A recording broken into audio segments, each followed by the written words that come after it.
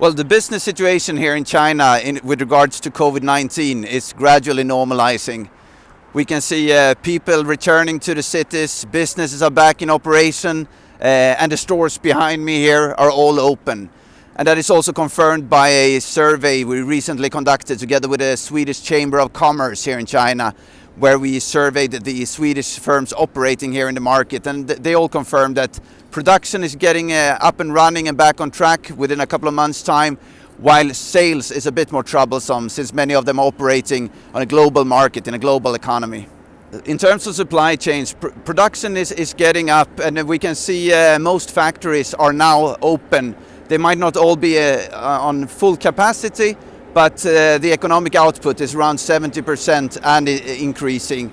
Of course, it takes some time for this to hit Swedish companies. It might be that the direct suppliers are already up, but then the tier 2 and tier 3 suppliers also need to start producing and shipping their goods. But what we saw when we asked Swedish companies a month ago, some of them started looking at other supply chain alternatives outside of China to mitigate the impact. That is much less prominent now when we're asking the same question, since COVID-19 and the economic impact is not only in China now, it's become a global matter, and many other markets are worse off than China. The advice I would give to Swedish SMEs that have been affected by the slowdown is to now stay agile and flexible as production is getting back. And that might mean finding alternative suppliers or using new modes of transport. But they should also look for the financial support and incentives that are offered by authorities here.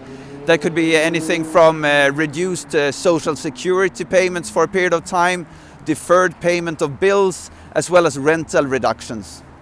The Chinese consumer market has been facing a dip here, particularly within brick and mortar stores. A large share of the stores have been closed over a period of time. But now as the economy starts to pick up and people start shopping again, we will see both offline and online sales increasing. And that of course means that Swedish consumer brands need to stay close to the market, close to the consumers, adapt their offerings as well as their key marketing messages, particularly in social media channels. Well, Swedish companies really need to work with customer care now, and key is to be close to the customers and close to the market. And that can of course be an issue right now with the Chinese market being a bit ahead of the curve in terms of handling COVID-19. And many people now being trapped in Europe and not able to make it to the Chinese market. And we also see that in the survey we recently carried out together with the Chamber of Commerce in China, that the main issue for Swedish companies here in terms of sales is the travel restrictions and their inability to be here. Yeah, some companies might have to adapt their size or their footprint as a result of the situation. What Business Sweden is offering, we are offering office space, we're offering employment services, we're offering back and front office activities for Swedish companies so they can be flexible and ramp up and down in a much more flexible manner than if owning all the activities and all the assets in-house. Well, being out here in the markets, Business Sweden can provide a lot of hands-on support for Swedish companies. And first of all, we can of course answer any questions popping up, could be related to logistics arrangements, to customs clearance, to different incentives, to finding suppliers.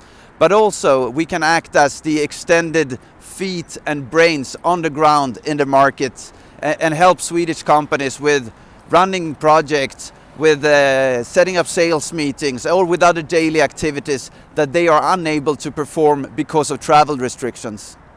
I think 3 concrete measures that all Swedish companies should consider is 1, making sure that they have regular updates from the affected markets, China and other places where they operate, so the executive team can make informed decisions based on regular situational reports.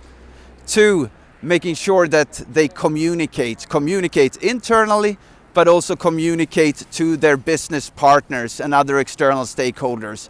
Uncertainty kills business. And then 3rd, making sure that they start planning ahead as well. The business environment is changing, quite rapidly changing, to understand what do the different scenarios look like and how should they respond, both from a risk management perspective, but also from a business perspective. This is not only about crisis handling, this is also about innovation.